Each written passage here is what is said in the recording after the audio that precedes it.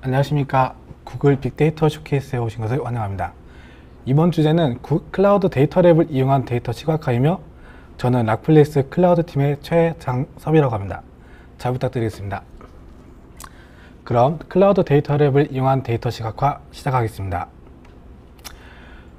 목표는 아이파이썬과 GP 노트북 그리고 인터랙티브한 데이터 인사이트 툴인 클라우드 데이터랩, 그리고 왜 클라우드 데이터랩을 사용해야 되는가, 클라우드 데이터랩을 어떻게 쓰는가, 그리고 클라우드 데이터랩을 응용하는 편과 클라우드 데이터랩을 이용하여 레포트를 만드는 구성으로 되어 있습니다.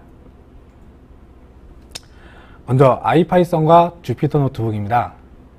아이파이썬은 페르난도 페레즈에 의해서 시작된 프로젝트로서 파이썬 코드의 한계를 확장하고 리눅스 셀과 같이 이해할 수 있도록 기능이 추가된 파이썬입니다.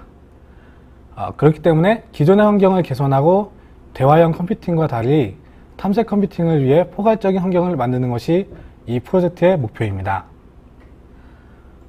아이파이썬과 파이썬의 차이입니다. 가장 큰 차이점으로는 간편한 도움말 접근과 시스템 쉘에 대한 접근입니다. 간편한 도움말 접근으로는 일반적인 파이썬과는 다르게 물음표만으로 도움말을 구할 수 있으며 객체 앞이나 뒤에 물음표를 붙여 도움말을 구하고 이중 물음표를 사용하여 좀 더 많은 정보를 추출하며 가능한 경우 해당 객체의 소스코드도 출력할 수가 있습니다. 그리고 시스템 쉘에 대한 접근인데요. 객체 앞에 느낌표를 사용하여 기본 쉘에서 접근하는 것처럼 시스템 명령어 사용이 가능합니다. 아이파이썬에서 제공하는 주요 기능이며 다음 기능들은 아이파이썬에서 주로 사용하는 기능들이며 각 기능들을 통하여 아이파이썬을 좀 더 효율적으로 사용할 수가 있습니다. 그리고 주피터 프로젝트입니다. 수십 개의 프로그래밍 언어에서 인터랙티브 컴퓨팅 및 개방형 표준 서비스를 개발하기 위한 프로젝트이며 기존 아이파이썬과 달리 여러 개의 언어를 지원하는 것이 가장 큰 특징입니다. 그래서 아이파이썬과 주피터 프로젝트에 대한 차이점입니다. 아이파이썬은 최초에 파이썬만을 위한 쉘과 커널만을 제공하였는데요. 2014년 페르난도 페레즈에 의하여 다양한 언어를 지원하기 위해 주피터 프로젝트로 분리하였으며 줄리아 언어나 R, 하스키텔, 루비 등의 약 40여 개의 언어를 지원하고 있습니다. 주피터 노트북은 사용자가 대화형 형태로 코드를 작성할 수 있는 웹브라우저 형태의 응용 프로그램과 작성한 코드를 실행한 코드를 반환하여 사용자에게 전달해주는 커널을 포함하고 있습니다. 노트북 응용 프로그램에서 표시되는 모든 컨텐츠들의 샘플 문서를 제공하는 노트북 도큐멘테이션으로 구성이 되어 있습니다. 다음은 아이파이썬과 주피터 노트북에서 공통적으로 사용할 수 있는 매직과 시스템 명령어입니다. 보시는 바와 같이 매직 명령어는 아이파이썬이나 주피터 노트북을 컨트롤하기 위한 명령어이고요. 시스템 명령어는 말 그대로 노트북에서 시스템 명령어를 사용하기 위해 제공되는 명령어입니다. 자, 이제 본론인 인터랙티브 데이터 인사이트 툴인 클라우드 데이터랩에 대한 설명입니다. 구글 클라우드에 간편하게 연결되기 때문에 데이터 탐색이 가능하고 주피터 기반의 오픈소스와 빅쿼리와 연동하여 최대 테라바이트 단위의 데이터 분석이 가능하고 다양한 언어를 사용하며 사용한 만큼의 사용량을 청구할 수 있고 이 데이터들을 시각화할 수 있는 특징과 기능들을 갖고 있습니다. 클라우드 데이터랩의 컨셉과 구성 요소입니다. 컨테이너 기반의 인스턴스에서 실행이 되고 노트북을 사용하여 소스 레포지토리에 소스 보관이 가능하며 서비스 어카운트를 사용하기 때문에 구글 서비스들에 대한 사용이 가능합니다. 그러면 왜 구글 데이터랩을 사용해야 되는지에 대해서 알아보도록 하겠습니다. 우선 매우 쉬운 설치 프로세스입니다. 원하는 개발을 하기 위해서는 개발에 대한 환경이 매우 중요하며 그 환경은 개인별로 다르기 때문에 번거롭고 복잡합니다. 그렇기 때문에 개인이 아닌 팀으로 개발을 진행하려는 경우에는 모두 같은 환경을 만들고 공통적인 변수를 사용해야 하며 공통적인 환경에서 작업을 해야 되는 특수성이기 때문에 구글 데이터 랩을 사용한다면 좀 더 편하고 빠르게 생성할 수가 있습니다. 두 번째는 구글에서 제공하는 서비스 사용이 가능합니다. 구글 데이터 랩을 사용하신다면 구글 클라우드에서 제공되는 다양한 서비스들을 사용할 수가 있는데요. 먼저 데이터 분석을 위한 빅쿼리, 그리고 데이터 저장 공간인 클라우드 스토리지, 머신러닝 개발을 위한 클라우드 머신러닝 엔진과 같은 구글 클라우드 서비스들을 클라우드 랩에서 간략한 호출 등을 통하여 활용이 가능합니다. 세 번째는 소스 관리 레포지토리를 제공합니다. 구글 클라우드 플랫폼에서 호스팅되는 여러 비공개 깃 저장소인 소스 레포지를 사용할 수가 있습니다. 소스 레포지토리는 버전 관리를 제공하며 모든 종류의 어플리케이션 또는 서비스의 공동 개발을 지원하는데요. 여기서는 구글 클라우드 플랫폼에서 제공되는 소스이기 때문에 해당 소스에 대해서 접근이 매우 간편합니다. 네 번째로는 구글 API에 대한 사용입니다. 구글 클라우드 플랫폼에서 제공되는 서비스인 만큼 다양한 API를 사용할 수가 있는데요. 구글에서 제공되는 다양한 API 등을 통해 인스턴스에 대한 접근, 스토리지, 빅쿼리 및 머신러닝에 대한 API 사용이 가능합니다. 그렇기 때문에 데이터 랩에서 API 호출망을 통해 사용자들이 원하는 정보를 즉각적으로 불러서 사용할 수가 있고, 불러들인 정보들을 통하여 데이터를 가공하거나 통합적으로 분석이 가능하기 때문에 이러한 장점들만으로도 데이터 랩은 데이터 시각화를 위한 충분한 작업 환경을 제공합니다.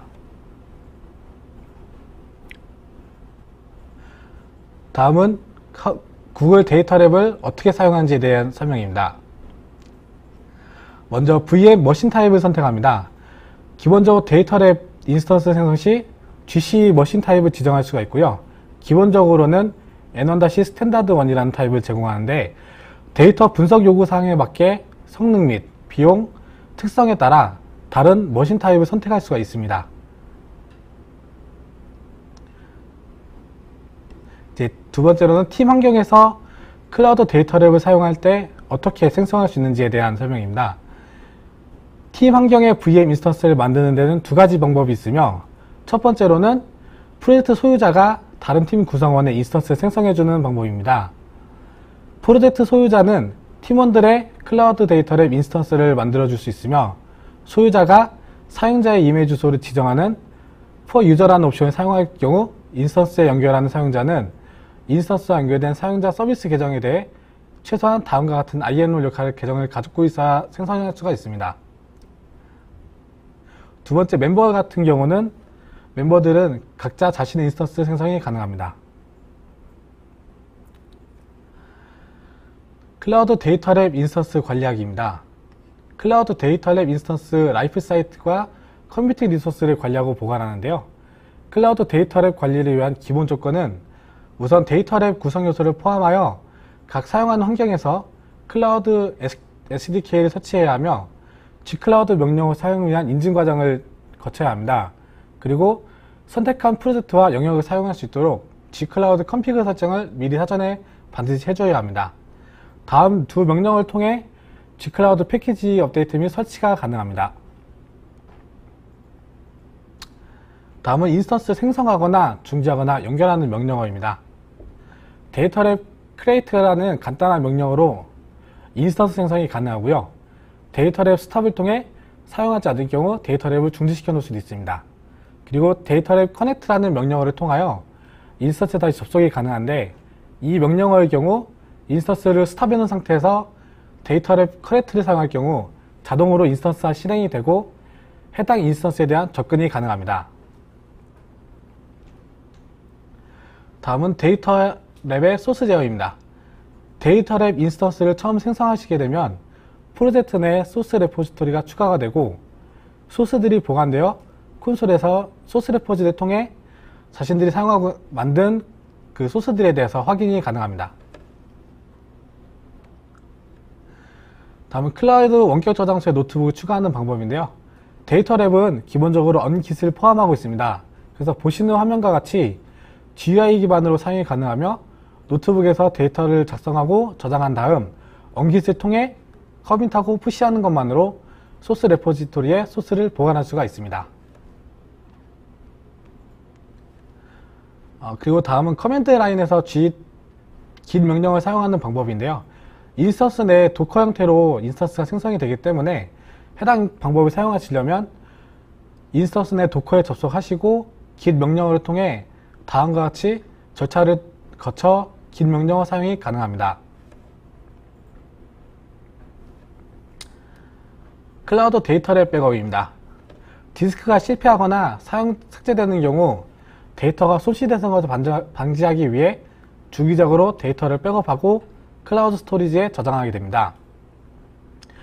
그래서 백업 형태 같은 경우 사용자의 모든 컨텐츠를 연결된 디스크에 저장하며 디스크 루트에서 자동으로 10분마다 백업을 실행하여 전체 디스크에 대한 zip 압축 파일을 생성합니다.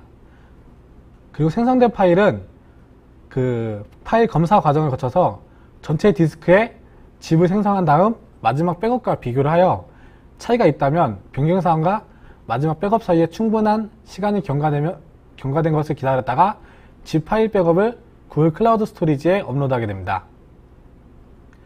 다음은 백업 주기로, 백업 주기는 최근 10시간, 일일 7개, 주간 20개를 보관하고 이전 파일들을 삭제하면서 공간을 확보하게 됩니다. 만약 백업을 원하지 않는다면 No Backup 옵션을 사용하여 백업을 사용하지 않을 수 있습니다. 백업 이름은 VM 인스턴스 영역, 인스턴스 이름, 인스턴스 내 노트북 백업 디렉토리 경로, 그리고 타임스탬프 및 태그를 통하여 이름이 생성이 되는데요. 이러한 정보들은 백업 보관하는 페이지에서 확인하실 수가 있습니다. 백업 보관 방법입니다. 지금 보시는 화면이 구글 클라우드 스토리지이고요. 여기서 백업된 파일들을 확인할 수가 있습니다. 백업을 복원하시려면 VM 영역, VM 이름, 노트북 디렉토리 및 시스템이 읽을 수 있는 타임스탬프를 검사한 후 GC에서 백업 파일을 선택하게 됩니다. 클라우드 스토리지에서 확인이 가능하며 해당 경로는 보시는 바와 같이 버킷 밑에 프로젝트 아이디 밑에 백업 디렉토리명, 리전, 그리고 데이터랩 이름, 그리고 컨텐츠 형태로 백업이 되기 때문에 해당 파일을 클릭하시면 zip 형태로 다운받을 수가 있습니다. 다음은 클라우드 데이터랩 다루기인데요. 클라우드 데이터랩은 다음에 있는 서비스들에 대한 데이터 접근이 가능합니다. 데이터가 로컬이 아닌 다른 위치에 있는 경우 또는 다른 클라우드에 있는 경우 GS 유틸 도구나 GCS 전송 서비스를 사용하여 데이터를 클라우드 스토리지에 저장할 수가 있습니다. 다음은 클라우드 데이터랩 응용하기입니다. 클라우드 데이터랩에서 빅쿼리 테이블의 데이터를 직접 사용할 수가 있으며 리턴된 데이터를 판다의 데이터 프레임 형태로 변환하여 그래프로 사용할 수가 있는데요. 사용 방법들은 예제와 같이 %% 쿼리 명령어로 작성하시면 해당 쿼리를 통해 데이터 테이블 출력 및 출력 결과를 확인할 수가 있고 출력된 결과를 구글 차트를 사용하여 그래프로 출력할 수가 있습니다. 그래서 보시는 바와 같이 왼쪽에 있는 부분이 빅쿼리를 통해 빅쿼리 안에 있는 테이블들을 출력한 화면이시고 오른쪽이 해당 테이블을 그래프로 변환하는 내용입니다. 이렇게 좌측에 보시는 것처럼 빅쿼리 명령을 사용하신다면 특정 원하시는 빅쿼리에 대한 쿼리들을 작성하여 직접 그 노트북에서 쿼리를 호출할 수가 있고 이 호출된 쿼리들을 가지고 이렇게 우측에 그래픽하게 구글 차트를 사용하신다면 좀 더 보기 좋게 작성이 가능합니다. 그래서 이 다음 페이지에 보시면 구글 그래프 사용하기라는 게 있는데요. 우선 이렇게 판단 모드 같은 경우를 당연히 이제 기존에 먼저 임포트를 한 상태에서 다음과 같은 방법을 통해 원하시는 그래프 차트들을 작성할 수 있습니다. 네, 다음은 구글 클라우드 데이터랩을 사용한 레포트 생성입니다. 생성 방법은 일단 제가 좀 환경을 미리 준비를 하는 과정에서 몇 가지 코드들을 좀 만들어 봤는데요.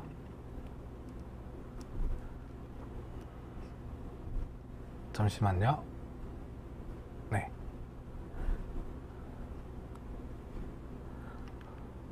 일단 그 구글 클라우드 콘솔에 접속하셔서 클라우드 쉘을 실행하시게 되면은 아래와 같은 클라우드 터미널이 하나 생성이 됩니다. 이걸 구글 클라우드에서는 클라우드 쉘이라고 표현을 하고요. 이 쉘을 가지고 클라우드 데이터 랩을 생성하면서 실제적으로 어떻게 동작하게 되는지에 대한 약간의 사전적인 환경을 좀 보여드리도록 하겠습니다. 저 같은 경우는 지금 여기 창을 하나 크게 띄워놨고요.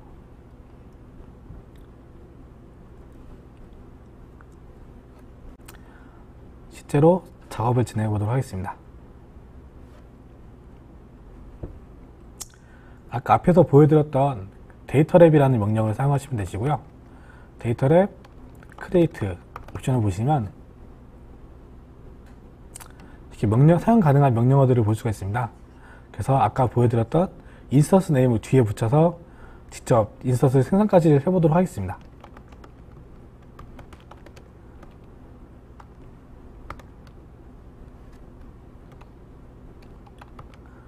웹이나 데이터랩으로 생성하시게 되면은 설치 과정 등을 통해서 클라우드 데이터랩이 감정하게 생성이 되는데, 리전은 편하신 쪽에다 생성하시면 되는데, 저 같은 경우는 첫 번째 존으로 해서 생성하도록 하겠습니다. 그럼 다음과 같이 설치 시작된 화면들을 볼 수가 있고요. 이 화면들이 생각보다 시간이 좀 걸리기 때문에 전 사전에 미리 만들어 놓은 데이터랩을 통해 화면을 보여드리도록 하겠습니다.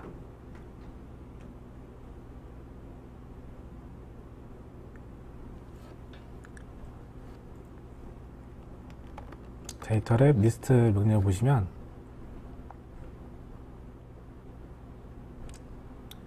저 같은 경우는 여기 미리 만들어 놓은 게 있거든요. 데이터랩 커넥트 장습체 데이터랩 하시면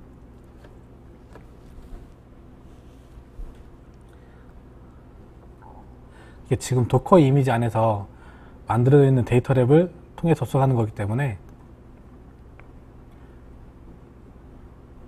저 지금 기존에 먼저 포워딩을 좀 걸어 놓은 게 있어서 이것 때문에 좀 문제가 잠시 있었는데요.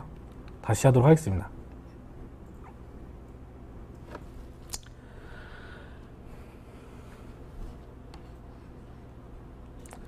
기존의 데이터랩은 아직 생성 중에 있네요. 그래서 기본적으로 8081 포트로 접속을 해야 되고, 만약에 이 포트가 불편하시다 싶으신 분들은 대시 포트라는 옵션을 통해 접속이 가능하시고, 지금 보시면 이렇게 구성이 다 됐다는 걸 확인할 수가 있습니다. 그래서 클라우드쉘에서 포트 번호를 8081로 바꾸시고 접속을 시도하시면 보시는 바와 같이 구글 클라우드 데이터랩에 접속하시게 됩니다.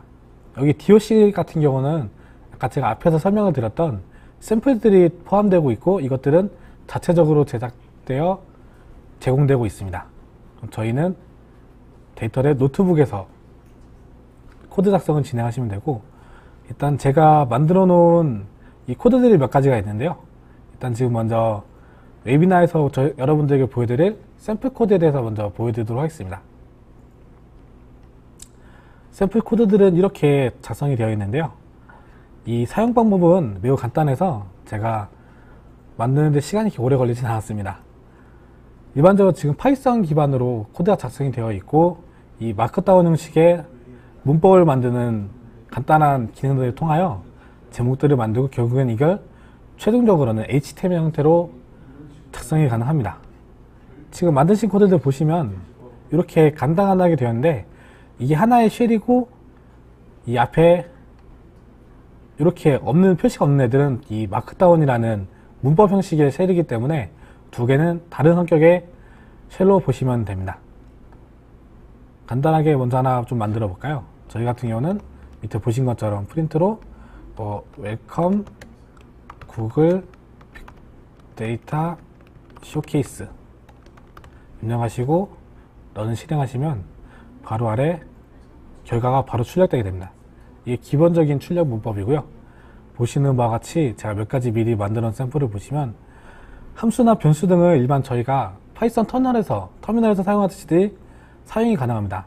다만 좀 더 웹브라우저를 통해서 간단하게 접속할 수 있기 때문에, 접근하실 수 있기 때문에 실제적으로 웹브라우저에서 좀 더 보기 편하게 사용이 가능합니다. 여기서 변수로 다음 같은 구글 클라우드 데이터랩을 이용한 데이터 시각화를 변수로 넣어주고, 데이터에는 일자, 타임인 시간, 컴퍼니는 저희 락플렛을 넣어주시고, 각 변수들을 파이썬 형태로 출력하시게 되면 다음처럼 출력이 되는데, 잠시만요. 지금 제가 이 데이터, 이게 변수이기 때문에 위에서 먼저 실행을 해줘야 밑에서 문제없이 실행이 됩니다. 지금 웹이나 네. 이게 좀 아쉬운 점이 클라우드 데이터랩을 한번 껐다 키시면 변수들이 휘발성으로 날아가기 때문에 반드시 세션을 다시 들어오시면 앞에 변수 선언하신 부분들에 대해서 하나씩 다 보여주셔야 되는데, 지금 보시면 커널 버전 2와 3이 있습니다. 그래서 이거는 필요하신 파이썬 버전에 따라서 실행하시면 되고, 지금 발생하는 것 같은 경우는 문제가 되는 게 아니라 이 코드들에 대해서 타입이 약간 좀 다르게 지정되어 있기 때문에 파이썬 커널 3에서 실행하시면은 정상적으로 출력이 됩니다.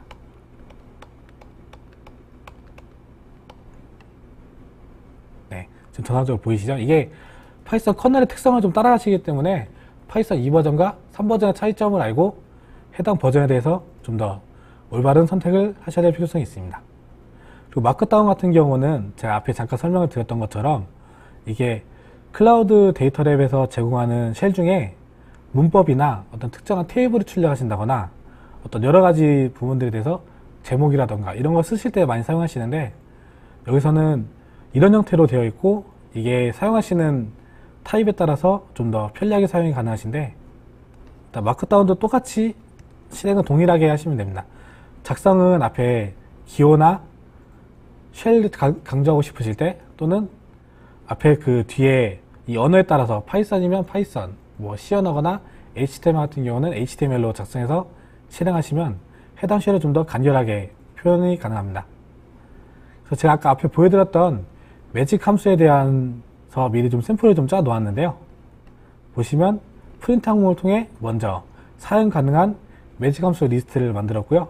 실제로 코드는 여기 앞에 %를 붙여서 ls 매직을 통해 사용 가능한 매직 함수 리스트들을 확인할 수가 있었습니다.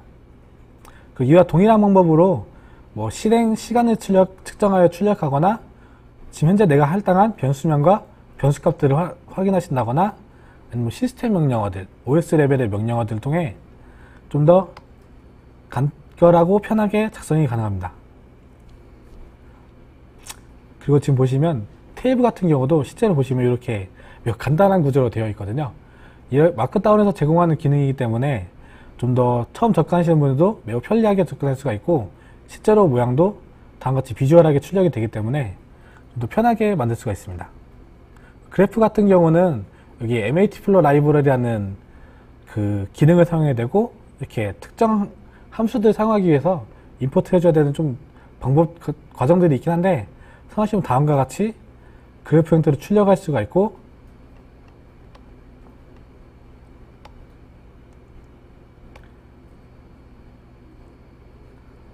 지금 런닝 과정을 거쳐서 이렇게 그래프가 나오는데, 지금 이 메시지 같은 경우는 제 개인 작업 환경에 폰트상의 문제이기 때문에 이 부분은 아마 그 작업하신 환경에 있어서 조금 수정해야 될 필요성은 있을 것 같습니다. 그럼 본격적으로 저희가 클라우드 데이터랩을 통해 만들고자 했었던 레포트에 대해서 알아보도록 하겠습니다.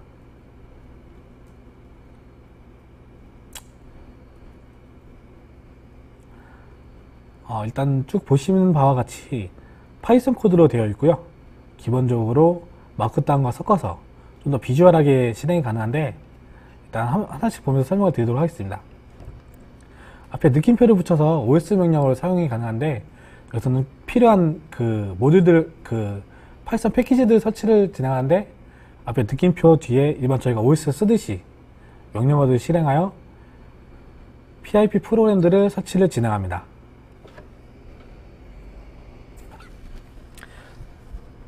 이 패키지를 설치하는 과정이기 때문에 약간의 시간이 좀 필요하긴 한데, 이 다음 부분들을 쓰기 위해서 매우 편리하게 사용이 가능합니다.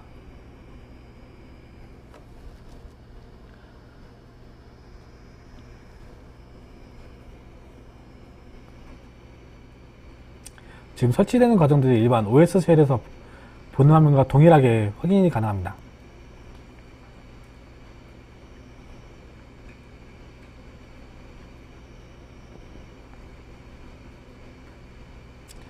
지금 보시면은 좀 많은 패키지들 설치하여 좀 화면이 보기 부담스러우실 수 있을 텐데, 설치가 완료되면 파이썬 모듈들을 실행해서 구글 인스턴스 정보나 아니면 레포트를 만들기 위한 사전에 필요한 정보들을 먼저 불러옵니다. 그리고 구글에서 제공하는 인증 API를 통하여 다음과 같이 사용할 수가 있는데요. 일단 여기서는 제 프로젝트명과 구글 이전을 미리 지정해서 이렇게 인스턴스 값을 불러오는 API를 확인할 수가 있습니다. 이 API를 통해 실제로 제가 갖고 있는 인스턴스에 대한 정보나 프로젝트에 대한 정보를 확인할 수가 있습니다. 그리고 제가 조금 더 편하게 작업하기 위해서 만든 변수들이고요. 이 변수들을 가지고 나중에 레포트에서 볼 수 있는 여러가지 프로젝트에 대한 정보들을 불러오도록 할 예정입니다. 그 인스턴스 정보를 추출하는 명령인데요. 코드들은 이렇게 작성이 되어 있고, 이 코드들에 대해서 파이썬이나 아니면 뭐 클래스 또는 다른 언어들을 통해 좀 더 사용하고자 하는 간단한 언어로도 작성이 가능합니다. 다음은 빅쿼리 실행 코드입니다. 아까 앞에 예시에서 보여드렸던 것처럼 %% 빅쿼리로 시작하게 되고, 이 데이터랩 언더바 빅쿼리는 제가 이 쿼리들을 변수로 활용하여 뒤에 레포트에 첨부할 예정이기 때문에 변수 처리를 위한 항목이고, 실제적 쿼리는 이 select나 from, limit 이 세 가지로 이루어져 있다고 보시면 됩니다. 이 위키피디아 같은 경우는 제가 따로 제 계정에 빅쿼리 쪽에 해당 정보들을 미리 데이터셋으로 만들어 두었는데요. 그 부분을 잠깐 보여드리면, 여기서 말하는 빅쿼리는 이 부분을 의미하는 부분입니다. 그래서 동일하게 실행하시면 얘도 이렇게 쿼리를 직접 조회해서 테이블 형태로 출력이 가능합니다. 그럼 이제 최종적으로 구글 클라우드 플랫폼 레포팅에 작성하는 코드들이고, 이 코드들을 제가 예시로 보여드렸지만 실제로 활용을 통해 좀 더 간단하게 웹브라우저 형태로 해당 인스턴스 정보들을 조회가 가능합니다. 먼저 프로젝트 인포메이션 같은 경우는 제가 위에서 선언하는 형태들이고요. 이 마크다운 형태에서 이 변수들을 불러오기 위해서는 몇 가지 좀 과정들이 필요한데, 이 과정은 가장 상단에서 불러오는 이 패키지를 통해서 사용이 가능합니다. 이 익스텐션 이네이블 기능을 통해서 그 하단의 마크다운에 그 변수들을 불러서 사용할 수가 있습니다.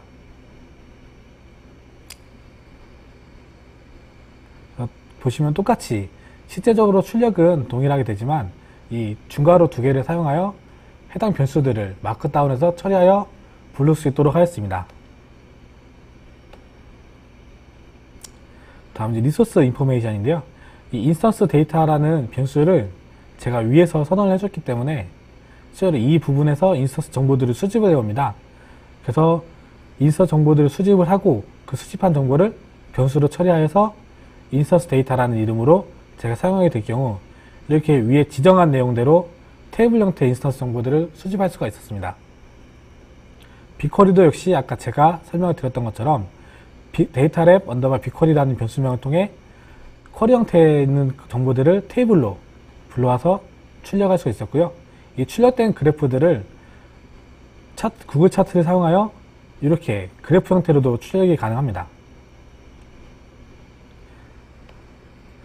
이거는 파이라는 그래프고요. 이거는 히스토리그램, 그리고 여기서는 페이지드 테이블이라는 구조인데, 실제로 이 그래프들은 좀 더 사용자가 사용함에 있어서 구글에서 제공되는 차트들이기 때문에 좀 더 많은 차트들을 사용할 수가 있습니다. 최종적으로 이 쿼리들을 세이브하고 체크 포인트를 만드신 다음에 아까 제가 설명을 드렸던 것처럼 그 언깃을 사용해 소스 레포지에 동기하는 부분까지 좀 더 설명을 드리자면, 이 언깃 아이콘을 클릭하시면 이 언깃 사용하는 아이콘을 클릭하시면 보시는 바와 같이 언깃 화면이 출력이 됩니다. 여기서 저희가 일반 깃허브를 사용하시듯이 동일하게 사용하시면 됩니다.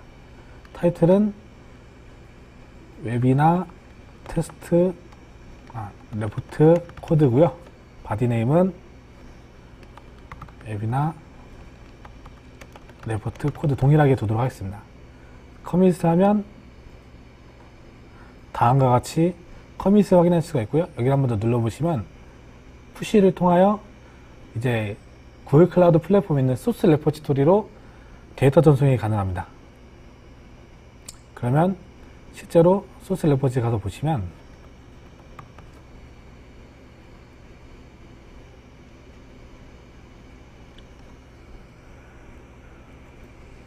제가 작성한 코드들에 대해서 이렇게 확인이 가능합니다.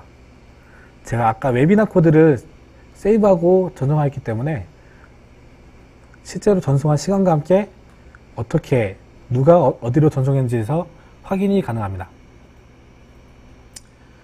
그리고 아까 보여드렸던 백업 내용에 대해서도 조금 더 설명을 드리자면,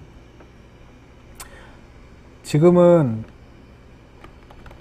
제가 만듦과 동시에 스토리지 안에 생성이 되고, 그 백업들에 대해서는 이렇게 데이터의 백업으로 제공이 되며, 아까 말씀드렸던 형태로 리전 밑에 해당 디렉토리 아래 컨텐츠 밑에 압축 파일 형태로 저장이 됩니다. 그렇기 때문에 따로 레포지토리 구성하시거나 아니면 깃허브를 사용하여 좀 여러가지 해야 되는 팀원들에 대한 협업도 이 구글 클라우드 플랫폼 내에서 데이터 랩을 사용하여 한 번에 처리가 가능합니다. 일단 지금 제가 오늘 발표를 준비하면서 좀 많은 내용을 준비했었는데 약간 여러가지 문제가 생기면서 제대로 전달을 다 못해드려서 일단 뭔가 추가적으로 이 데이터를 하나 더 소개를 드리고 Q&A 시간을 갖도록 하겠습니다. 구글 데이터 랩은 다음같이 샘플 코드들을 제공하는데, 이것들은 미리 사전에 작성이 돼서 제공이 되는 페이지들입니다. 그렇기 때문에 만약에 처음 접근하시는 분들이 어떻게 접근하시거나 사용 방법 또는 문법에 대해서 잘 접근하시기 어려우실 때 이 독스 문서들을 참고하시면 좀 더 쉽게 접근이 가능합니다. 뭐 튜토리얼 빅쿼리에서 빅쿼리 커맨드들 이렇게 보시는 바와 같이 빅쿼리 커맨드라던가 아니면 테이블, 리스팅 빅쿼리 리소스 여러 가지 사용들이 가능한데, 이런 부분들에 따라서 고객분들이 좀 더 편리하게 접근이 가능합니다. 그러면 이제 제가 준비했던 내용들보다 좀 더 많은 정보들을 전달해 드렸어야 되는데, 일단 제가 준비한 내용들은 여기까지고요. 이제 바로 Q&A로 넘어가도록 하겠습니다. Q&A는 잠시만요. 네, 여러분들 질문들에 대해서 제가 Q&A 시간을 갖고 질문들에 대해서 제가 답변해 드리도록 하겠습니다.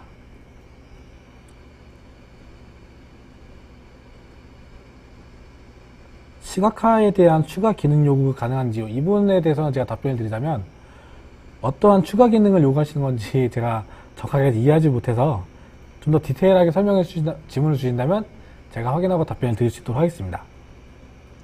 네. 제가 그럼 다른 부분 질문을 좀 더 읽어보도록 하겠습니다.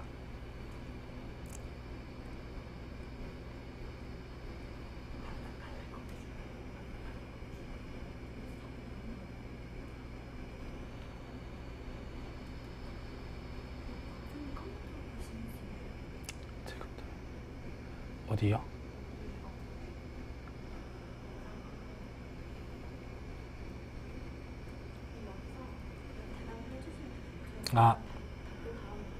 네. 그러면 하나하나 답변을 달아보도록 하겠습니다. 비개발자도 금방 말씀하신 쿼리 목록에서 필요한 것을 검색하여 활용을 쉽게 되어 있냐라는 질문에 답변을 드리자면, 비개발자, 저 같은 경우도 개발자는 아니지만, 쿼리 목록에서 필요한 것들을 검색해서 활용하는데 크게 어렵지는 않았던 것 같아요. 그래서 자체적으로 빅쿼리에 대한 데이터 샘플들도 존재를 하고, 또 구글에서도 해당 빅쿼리에 대해서 여러 가지 쿼리들을 기본적으로 제공하고 있기 때문에 해당 쿼리들을 활용한다면 비개발자분들도 쉽게 접근할 수 있을 거라고 생각이 듭니다.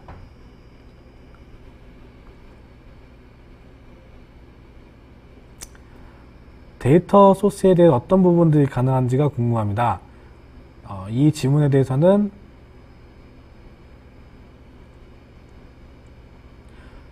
구글의 방대한 여러 사이트와 이름들을 때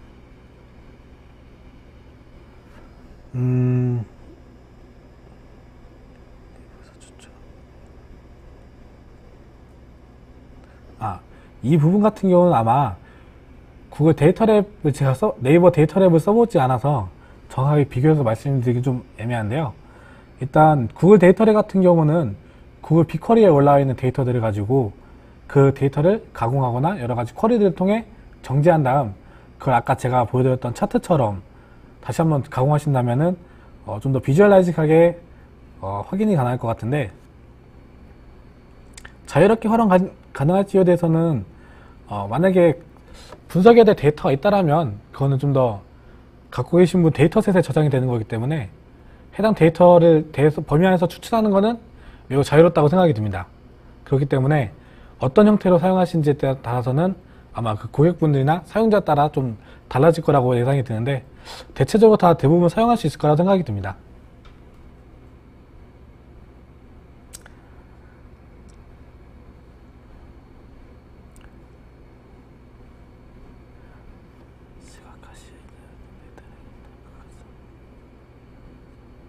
시각화 시에 이전에 있던 데이터량보다 더 커지지 않을까요? 검색이 더 어렵지 않은지 궁금합니다. 이 질문에 대해서 좀 답변을 드려보자면, 시각화는 데이터랩 안에서 작성하는 코드들을 통해서 실제로 데이터를 좀 더 비주얼라이즈하게 만드는 거니까, 이게 데이터량은 상관없이 빅쿼리를 통해 조회하는 부분은 동일하게 빅쿼리 안에서 조회를 하시거나 API 사용해서 소스 코드 안에서 조회하시거나 똑같이 조회가 되는 거기 때문에 데이터량이 더 커지지는 않을 것 같고요. 검색하는 부분은 이제 그 작성하시는 유형에 따라서 아마 어렵게 보이지는 않을 것 같습니다. 이렇게 보시면은 실제로 그래프도 안에서 이렇게 데이터들의 항목이나 데이터 내용들을 간략하게 좀 더 쓸 수가 있기 때문에 아마 크게 어렵게 생각이 들지는 않습니다.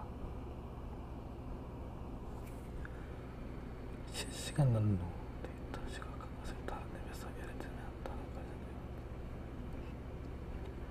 들면 이 부분은 데이터랩에서 사용하는 거랑 좀 다른 내용이신 것 같은데요. 이거는 아마 추가로 제가 좀 확인해 봐야 될 것 같은데, 제가 저희 쪽 그 메일 주소 하나 있는데 그쪽으로 문의 주시면 제가 해당 부분 확인하고 답변을 드릴 수 있도록 하겠습니다.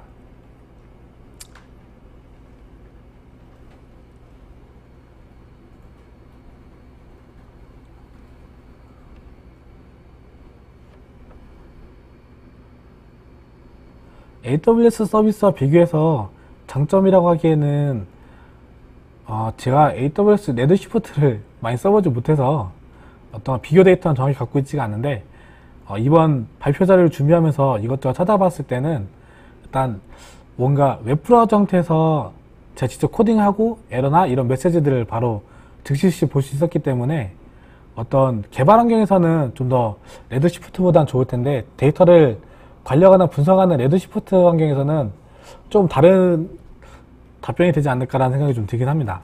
그렇기 때문에 굳이 장점을 찾아보자면 데이터랩 같은 경우는 데이터를 모아놓지 않고 해당 서비스에 직접 API들을 호출해서 데이터를 갖고 온 다음 그것을 작성한 코드나 아니면 쿼리에 따라서 좀 더 비주얼하게 사용하기 때문에 레드시프트랑은 좀 다른 형태의 데이터 도출물을 얻을 수 있는 게 장점이라면 장점이 되지 않을까 싶습니다.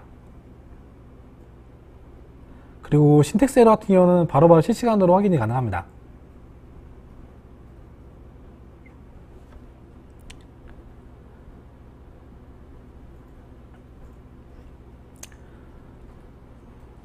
지금 답변이 되지 않는 분들에 대해서는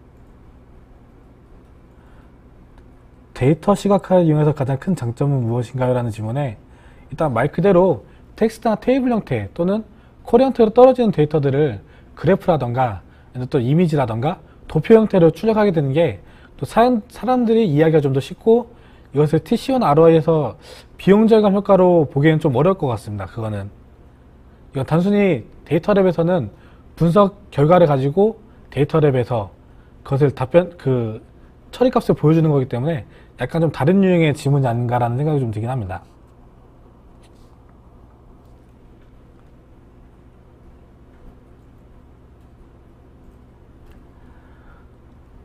구글 아날리틱 요거에 대해서는 제가 아날리틱을 좀 더 알아봐야 되는데 이건 제가 좀 알아보고 답변을 드려야 될 것 같습니다. 다시 한번 최근 답변을 좀 질문을 보도록 하겠습니다.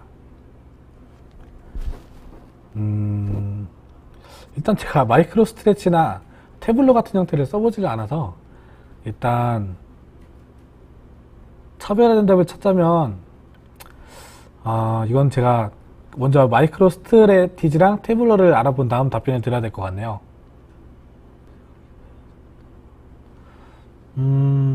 박우일님 질문에 답변을 좀 드려보도록 하자면 이건 제가 좀 생각을 해봐야 될 것 같네요. 이건 데이터랩 이상에 대한 질문을 해주시는 것 같아서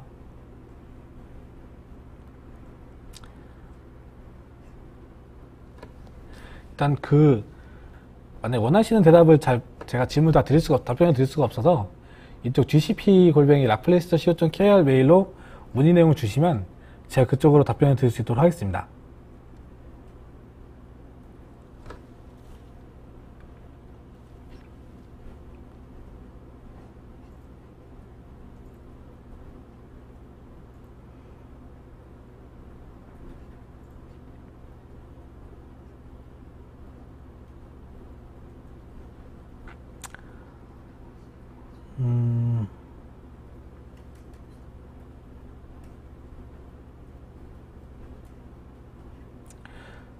콜앱에서는 네.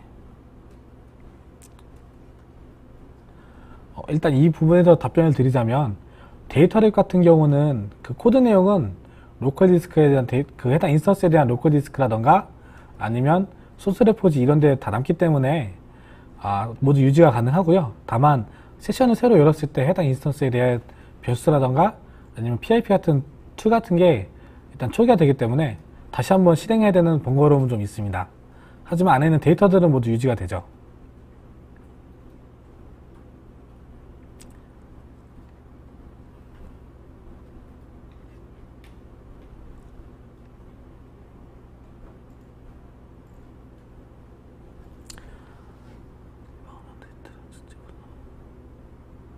여기서 말씀하시는 데이터가 어떤 데이터를 말씀하시는 건지는 정확하게 이해가 되지 않는데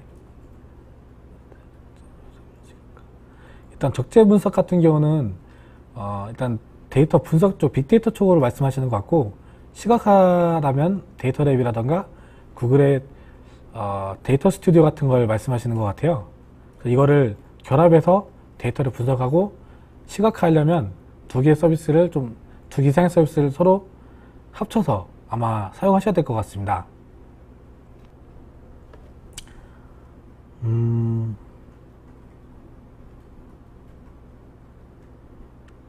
대부분 다 답변들을 받으셔서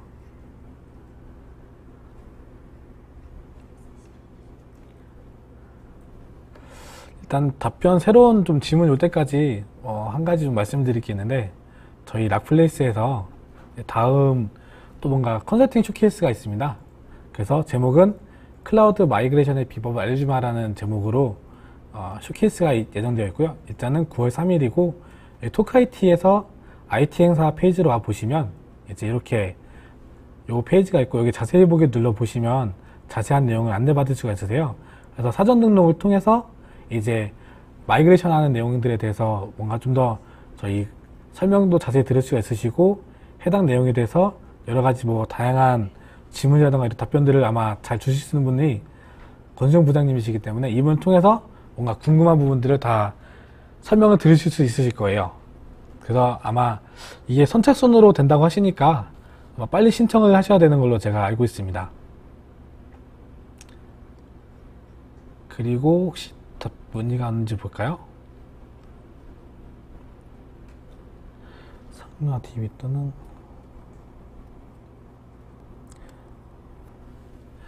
이런 질문 같은 경우는 비용이나 관리적인 측면에서 가장 큰 차이점이라고 하시면 사실 구글 클라우드 꼭 구글뿐만이 아니라 클라우드 서비스를 쓰는 환경에서는 일단 비용적인 부분에서는 사용하신 만큼 비용이 발생한다는 부분과 성능적이나 관리적인 부분에 이런 부분들까지 결합돼서 쓰시는 분들이 계시는 반면에 따로따로 쓰시는 분들이 계시긴 한데, 비용 같은 경우는 이제 얼마나 쓰시는지에 대한 유형이나 스펙이나 여러 가지 환경에 따라 좀 다르실 수가 있고요. 관리 같은 경우는 사실 이게 DB가 어플리케이션에서 실제로 저희가 어떻게 쓰냐에 따라서 뭐 클라우드 SQL 사용하시는지 아니면은 데이터 스토어 쓰시는지 여러 가지 관리에 따라 그 구성에 따라 조금씩 차이점이 있기 때문에 이런 질문에 대한 답변 같은 경우는 좀 더 자세한 질문을 해주셔야 해당 내용에 대해서 저희가 확인하고 답변해 드릴 수가 있을 것 같아요.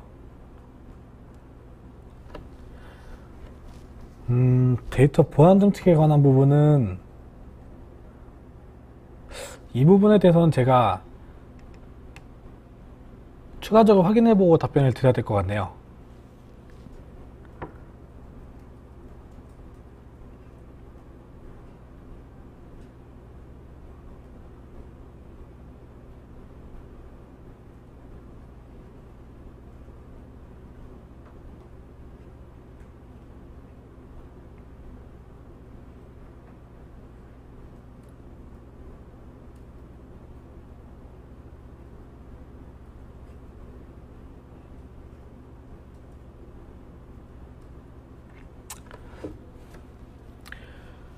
일단 뭐 더 특별한 질문을 제가 지금 받지 않는 상태라서 저희가 3시까지 일단 시간 일정이 잡혀 있기 때문에 제가 준비한 내용이 잘 되어 있지 않는데, 원래 이제 제가 준비했던 내용은 좀 더 많았는데 이걸 좀 시간에 맞춰서 하다 보니까 제대로 전달을 못 드린 것 같아요. 제가 다음에 또 기회가 된다면 그땐 조금 더 디테일하고 원하시는 부분들에 대해서 정확한 답변을 드릴 수 있도록 준비를 하도록 하겠습니다. 일단 네, 그리고 이제 저희 쪽에서 이 설문에 대해서 저희가 좀 준비를 해놨었는데, 저희 쪽에서 이 웨비나에 대해서 설문 참여하시면 스타벅스 아메리카노 커피를 드리고 있기 때문에 웨비나에 참여하신 다음에 설문 꼭 제출해 주시고요. 이제 라이브 채팅의 질문을 저희가 선정을 해서 던킨도너츠 교환권 드리고 계시고, 그 다음에 만약에 설문을 통해 저희 영업 방문을 신청해 주시면 저희가 방문해서 치킨 드리고 있으시니까 좀 더 많은 관심과 많은 참여 부탁드리겠습니다. 제가 처음이라 좀 많이 부족한데 다음에 만약에 좀 더 준비가 된다면 이번을 기회 삼아서 더 제대로 된 세미나를 준비해서 보여드릴 수 있도록 하겠습니다. 수고하셨습니다.